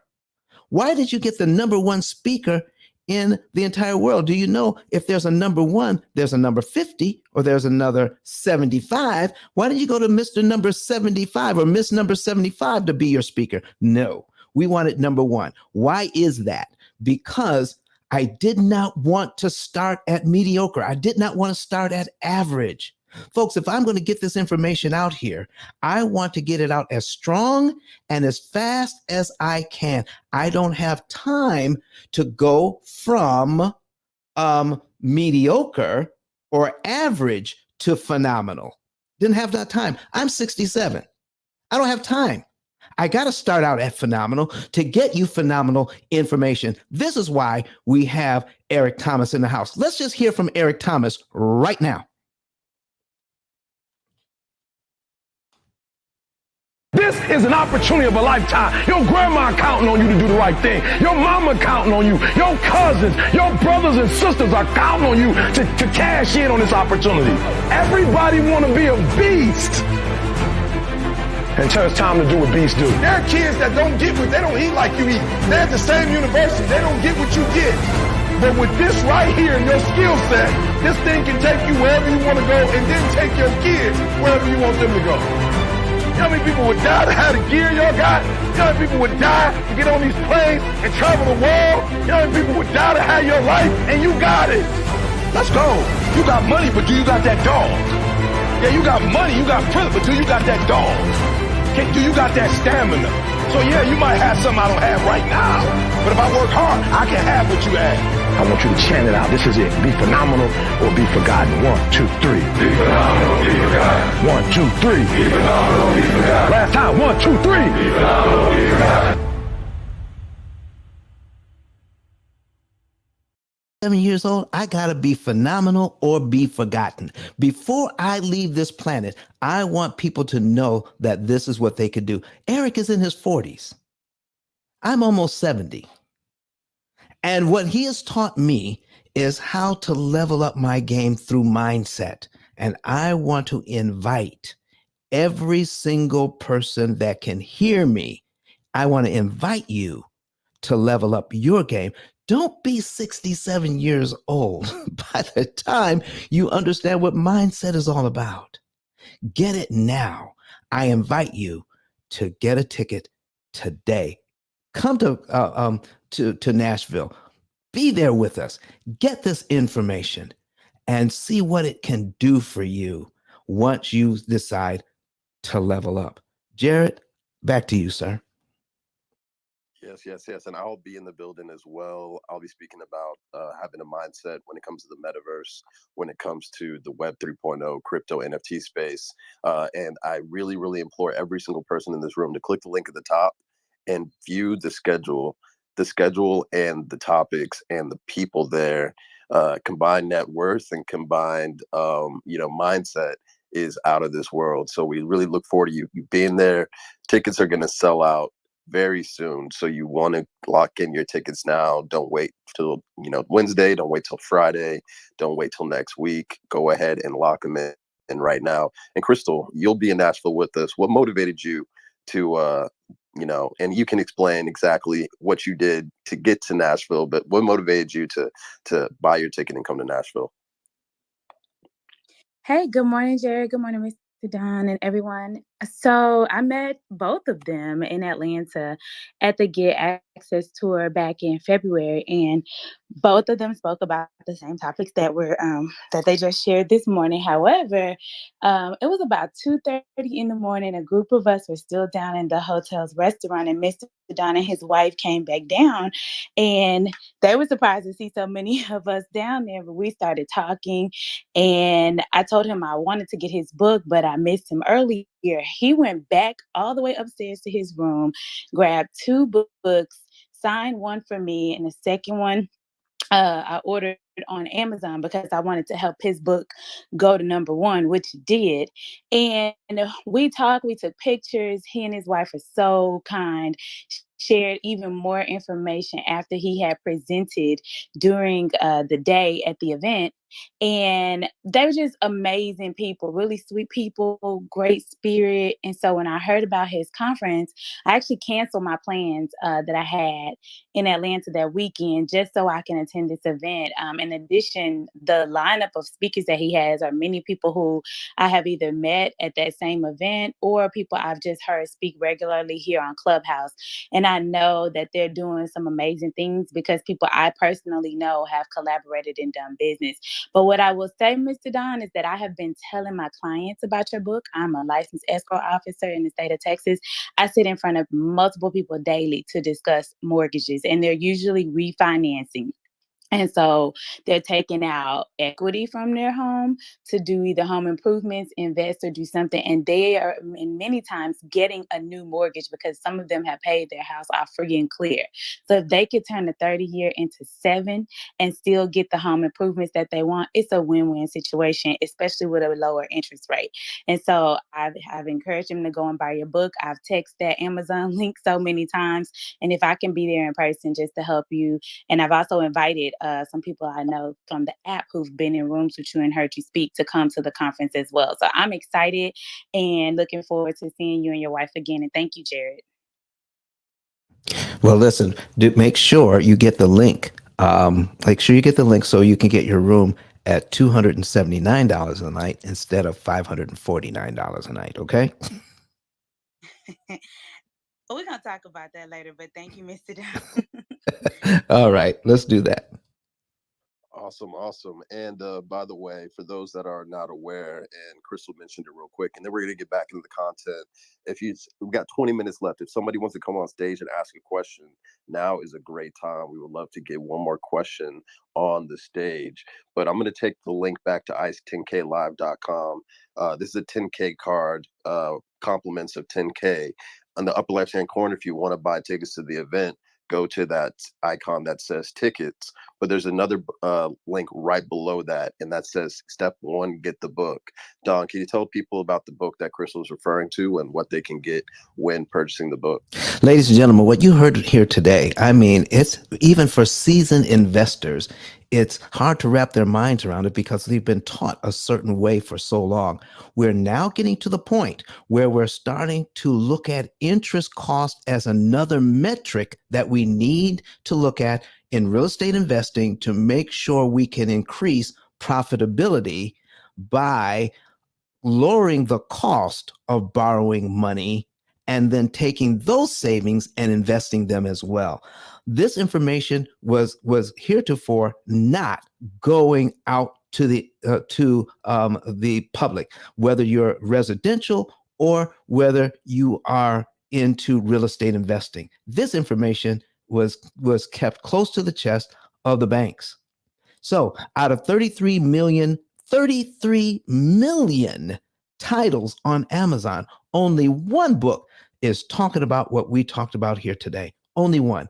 Folks, get the book today. Go to ice10klive.com, click on the link, get the book, and then with that book, you're going to be able to get a 10K card that I will pay for. I'll pay for it, and you get to have it when you order that book. Then Miss Kenyatta will tell you how in the world you can get your 10K card once you purchase the book. Miss Kenyatta. Absolutely. What you want to do is screenshot that receipt, go to Ice 10K Live, go to where it says I'm ready. Click that link, build out that card to your specifications, including your name, number, email address, website. Let us know where you want it received, and we will drop off your very own digital 10K card value at $100. Thank you very much. And look who just came into the room, Dr. Ashley V. Wilkerson. Dr. Ashley, can you talk to us for a minute? Hey y'all, good morning. Happy Monday. I'm tapping in to support. How are you today? I'm doing well, doing well. Dr. Ashley, with what you do, we had somebody in the room yesterday, and she's self-employed. She's a hairdresser, but because of certain things that have happened in her life, she was wondering if she could succeed as a homeowner and continue on as a business owner with the phenomenal women that you work with and your group. What kind of do you see this kind of thing often where people don't have confidence in themselves? And what do you do to bring to turn that around? You know, it's funny that you asked that. So is she in the building now, or she's not here today? She's not here today. yesterday. That was yesterday. Okay, got it. But I have her So information if you want it, Ashley. I'm sorry, say that again. I have her information if you should want it. Yeah, sure. I'm happy to tap into her. A couple of things that I say is some of that is limiting beliefs of what she thinks she can have and what she thinks she deserves and what she thinks is possible for her. So some of that is the limiting belief aspect of it. And then some of that is the confidence aspect of it. And so what I've developed, I call it the C's of confidence. But what I developed is this approach to working towards strengthening your confidence. And so a couple of things that I recommend is having clarity. And so her clear focus is she wants home ownership. She still wants to maintain entrepreneurship. Is that what she's doing, right? Full time? That's correct. And she wants to get into investing as well. Okay. And so having clarity on what her goals is going to be key. And so whatever those goals are for her, it doesn't matter how big she thinks they are, she has to have clarity on what those things are. And then the second thing is content. And so who is she tapping into? She needs to be tapping into spaces like this one. She needs to be tapping into coaches and resources like Kenyatta and others, so that she can get the information that she needs to build out a complete plan in each area. And so having a plan for home ownership, having a plan for successful entrepreneurship, having a plan for investing, tapping into the investing space. And so making sure she's informed in her approach. And then the third thing I recommend is once she has to commit to it. So she has to commit to, okay, I want to own a home within this period of time. I want to grow my business or devote this amount of time and energy and resources to my business to get it to this phase within this period of time. I want to transition into investing in this capacity by this time period, and then honor whatever that commitment is that she set for herself, and then for her to stick to it. And that's how she then develops trust with herself and trust with the process. But in doing that, the next C is a community. And so sometimes we do struggle, we do have hard times, we do get that self doubt, we do get overwhelmed. And that's when tapping into a community is so important. And so that's whether you start your own community or you tap into communities such as the Pill Method group, where you're going to continue to get the support that you need to get the resources to get your own home, whether it's another space that you're tapping into. It's important to be surrounded by people who have either done alongside you and you're encouraging each other so that you're not doing everything in isolation. It's not that you can't do things in isolation, but sometimes it makes it more difficult, and sometimes it keeps you from seeing it all the way through. And so having that community is very important. The next C that I recommend is every single time she achieves a milestone, for her to celebrate. And so when she gets her credit the way she needs it to be, celebrate. Once she saves up a certain amount of money to go towards her down payment, celebrate. Once she finds the property that she wants or the area that she wants to live in, celebrate. Once she finds her realtor, celebrate. All of the aspects of the process of the journey, celebrate those milestones, because that builds momentum and it helps you to continue to push through even when it seems overwhelming. You know that you've already achieved an aspect of it. And the last thing I recommend is consistency. She has to show up for the goal every single day. Like, she has to show up. It doesn't matter if she does something big or small, but she has to show up. I also teach steps like reverse engineering. And so if you have a goal, if you want to do said thing by December and it's May, then you need to break it down into manageable chunks and identify what do you need to do every month that's going to lead towards that goal that you want completed in December. So those are just a couple of things. You're welcome to relay that information over. Miss Ashley, thank you so much. I'm just excited that you're going to be with us at developing a spiritual money mindset with us here in Nashville, Tennessee on the 20th through the 22nd. Thank you for coming in. And will you have some stories that some success stories about phenomenal women you've worked with, or even some of us men who could use some help? Will you have some stories to share with us? Yes, absolutely. I can share some stories Excellent. We're looking forward to you being there. Tell us, just go ahead and do a quick introduction. Tell us who you are fully, and then we'll see if we have at least one more example I can share with the folks today. Miss Dr. Ashley V. Wilkerson. I'm Dr. Ashley V. Wilkerson, and I am the host and thought leader of the Phenomenal Women Leading Community. It's a women empowerment space where I serve as a success coach and strategist. I help the ladies in my community develop their personal action plans so that they can get to the level of success that they deserve personally and professionally. I also help small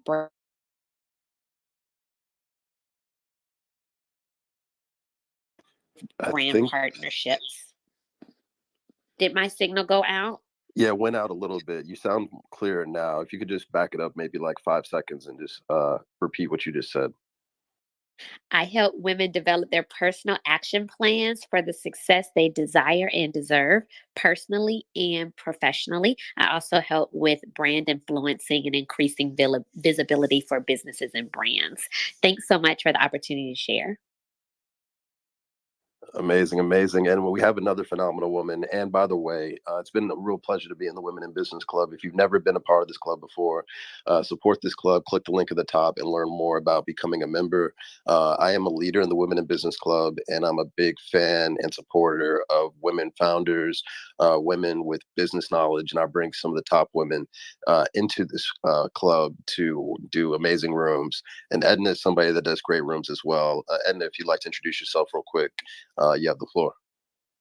Hey, thanks, Jared. I've been a supporter of Women in Business Club for quite some time. So I saw the topic and I thought, okay, this is great. They're helping people pay off their mortgages in 7 years and give them some tips. So I thought I'd come in and support and just kind of listen and sit back in the background and listen. But I'm a serial entrepreneur based in Texas. I've got a solar business. I'm in the oil and gas industry. Got a trucking company and just getting ready to open up some CBD stores. So, absolutely love getting involved in my community, giving back, helping people, and doing things in the service of others. And when your heart's in the right place, the money will follow and flow. So, if anybody's interested or has any questions and is interested in tapping into the energy business, feel free to reach out to me, and I can at least guide you, point you in the right direction, or answer any questions for you. But happy to be here. Happy to support Jared. Thanks for having me. Appreciate you. Yeah, I appreciate you supporting the room, supporting the space. Edna's an OG. Been doing rooms with her since beginning of 2021. So we got like 8 minutes left. And if there are any questions online, Don, now would be a good time to point them out. And if there's any last minute questions that somebody wants to come on stage and ask, feel free to raise your hand. Otherwise, Don, I'll give you the last words since we got 8 minutes left to either share an example, or we can go ahead and close the room out. So I'll defer to you on that one, Don. Well, why don't we do this? Why don't we just go ahead and listen? This is the fastest 2 hours on Clubhouse. I really enjoy being here. Check out the replays. Folks, you want to be in Nashville. I invite you to be there before it sells out.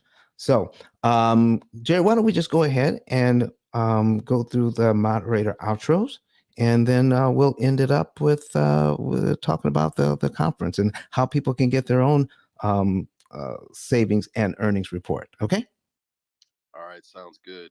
One thing that's important to do, make sure you click on Don's profile and give him a follow.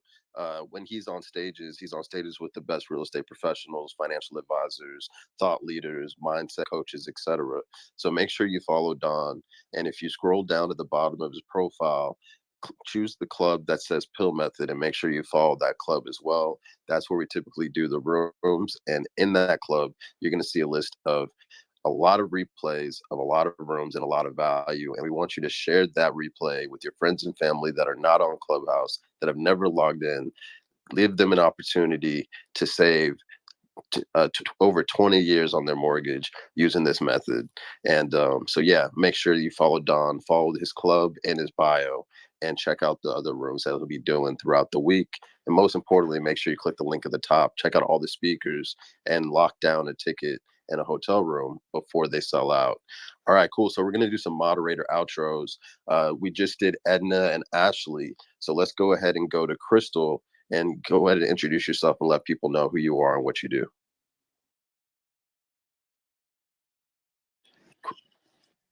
Hi, everyone. My name is Crystal Armstrong. I live in Dallas, Texas, and I own a mortgage consulting company, and I'm a licensed escrow officer. I also own a travel and a strategic and experiential marketing firm. And I've been a full-time entrepreneur for almost 13 years full-time, and been in business for almost 16 years as of this coming July. And I am currently working on building my real estate investment portfolio, which is why it's so important to be in spaces like this one with people who know exactly what they're talking about when it comes to this industry. So thank you for having me. Absolutely. So Coffee is another phenomenal woman in business. She usually is teaching a class when she's on stage, but she wants to amplify this room to her following. So we appreciate her. She's an international best-selling best-selling author, anthologist, social media influencer, content creator. She's a Maxwell Method certified execution coach, and so much more. Check out her bio and definitely make sure you give her a follow. Up next is Credit Goddess. Rosalora, are you around? She might be on the phone with the client, saving them a ton of money by helping them build their business credit and personal credit. But yeah, make sure you check out her bio. You can text your name and email to the phone number in her bio, and she can work with you to get your credit score up, to help you with your business credit strategy and help all things with your credit. So make sure you tap in with her. Up next, we're going to pass it to another speaker at the Nashville event, Kenyatta. As always, we appreciate your presence and pray that we've earned the privilege of your time. Again, my name is Kenyatta. You can find me at kenyatta10k.com. And I will be there on the 21st of May, actually going over business strategies so we can get you funding. Your real estate projects, bring them, and we'll give you real live numbers. You can walk away with cash in your hands. That's right, you guys. That's what I will be doing there, as well as speaking about making your business bank ready. So I'd love to see your face in the place. And when you see me, say hi. We're going to be poolside on Saturday, networking, getting deals done, and just making friends. So we look forward to making friends with all of you that come to the room. My name's Jared Albritton. I do a lot of rooms on Clubhouse. So if you're new to Clubhouse and you want to see a lot of spaces, I would recommend giving me a follow. Check out my replays. You'll see that I really focus on generational wealth building, whether it's in the space that I spent 15 years in, which is in the tech space. I do rooms with 30 to 40 tech recruiters, and we've got over 100 people jobs in tech. Or if it's in the startup club, where we're actually funding startup founders with angels and VCs on the stage. And I work with several different VCs and angels as well. But another big passion of mine is the metaverse, Web 3.0, crypto, NFTs. And this is going to be the industrial revolution moving forward. And I want to make sure that our community, women in business, the people in this room, on this stage, are all aware of the opportunities and how much money and also opportunity and community building will be available in these spaces. So I will be talking about that live in Nashville on the 22nd. And I'm going to be giving you tangible steps of how to buy certain domains, how to actually onboard to the metaverse, but more importantly, the mindset that I've had to have a successful career, and also deal with adversity. So I'm going to get really vulnerable in Nashville. And that's what's going to be great about all these speakers. You've heard, Jay Massey and Otis James and Jonathan Bing and Miss Cooper Home Loans, etc., on these stages. And that's great. But what you haven't heard is about their journey, their struggles, and what it took for them to get to where they are, and the mindset, the principles, and the approach. And hearing that, for me personally, as a speaker, but actually as an attendee, I am super, super excited to really understand what it took for Jay Massey to get past, his challenges to become somebody that owns hundreds of short-term rentals. How Jonathan Bing overcome his adversity to get to where he is today. And if you haven't heard their stories, you want to hear them, but more importantly, you want to be there in person. And the person I'm super excited to see and to meet is Dr. Eric Thomas. I believe he charges $10,000 for a consultation. And I think that might actually be lowballing it, right? His time is super, super in demand and super valuable. The fact that Don got him at his conference is pretty insane. If you don't know who he is, Google Dr. Eric Thomas, check out his Instagram, check out his YouTube. This guy is going to be on fire, and I'm super, super excited to be there, and I hope to see you there as well. If you want to get your tickets, just click the link at the top. It will sell out very soon, so make sure that you lock it in now, and it's the best investment you can make. Also, last thing I'll say is if you want to work with Don's team, you can either go to ice10klive.com and choose a savings and earnings report, or you can go straight to the savings and earnings report by typing in ice10kreport.com. If you're interested in buying the book, you can go to ice10klive.com and choose buy the book, or you can type in ice10kbook.com and go straight to the book and purchase it. Once you purchase the book, go to ice10klive.com, choose the tab that says I'm ready, upload the screenshot of your receipt, fill in the information you want on your 10K card, and you will get a complimentary 10K card valued at $100 for buying the book, courtesy of Don.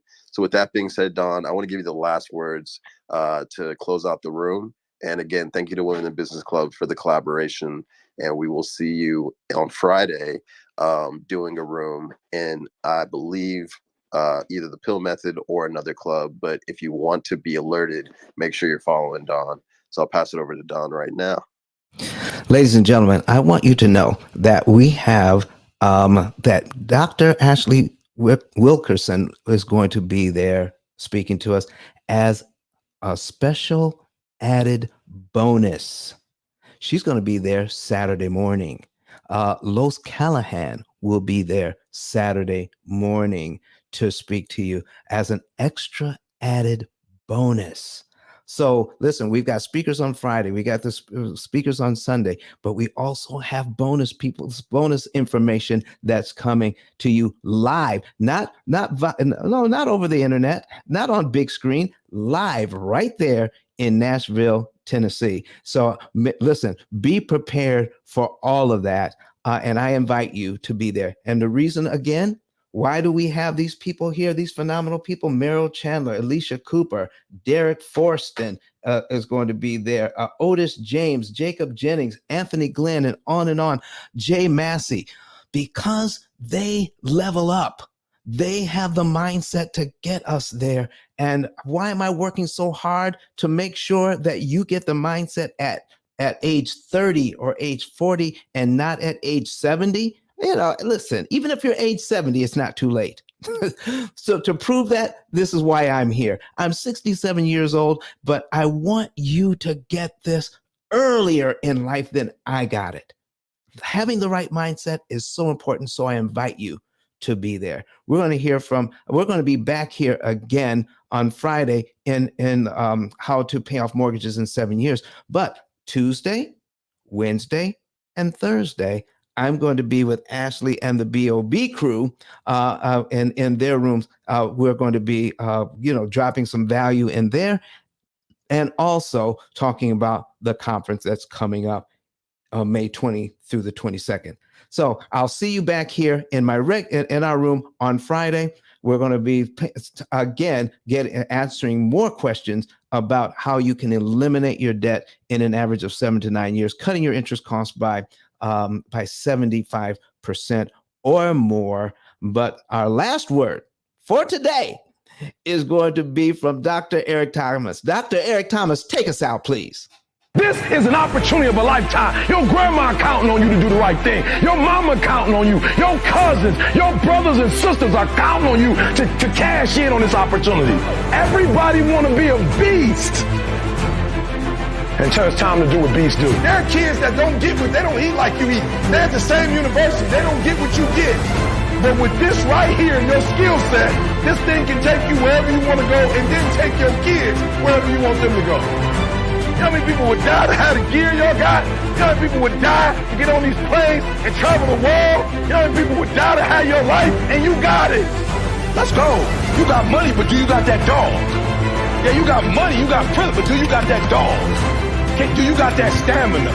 So So yeah, you might have something I don't have right now, but if I work hard, I can have what you have. I want you to chant it out. This is it. Be phenomenal or be forgotten. 1, 2, 3. Be phenomenal, be forgotten. 1, 2, 3. Be phenomenal, be forgotten. Last time. 1, 2, 3. Be phenomenal, be forgotten.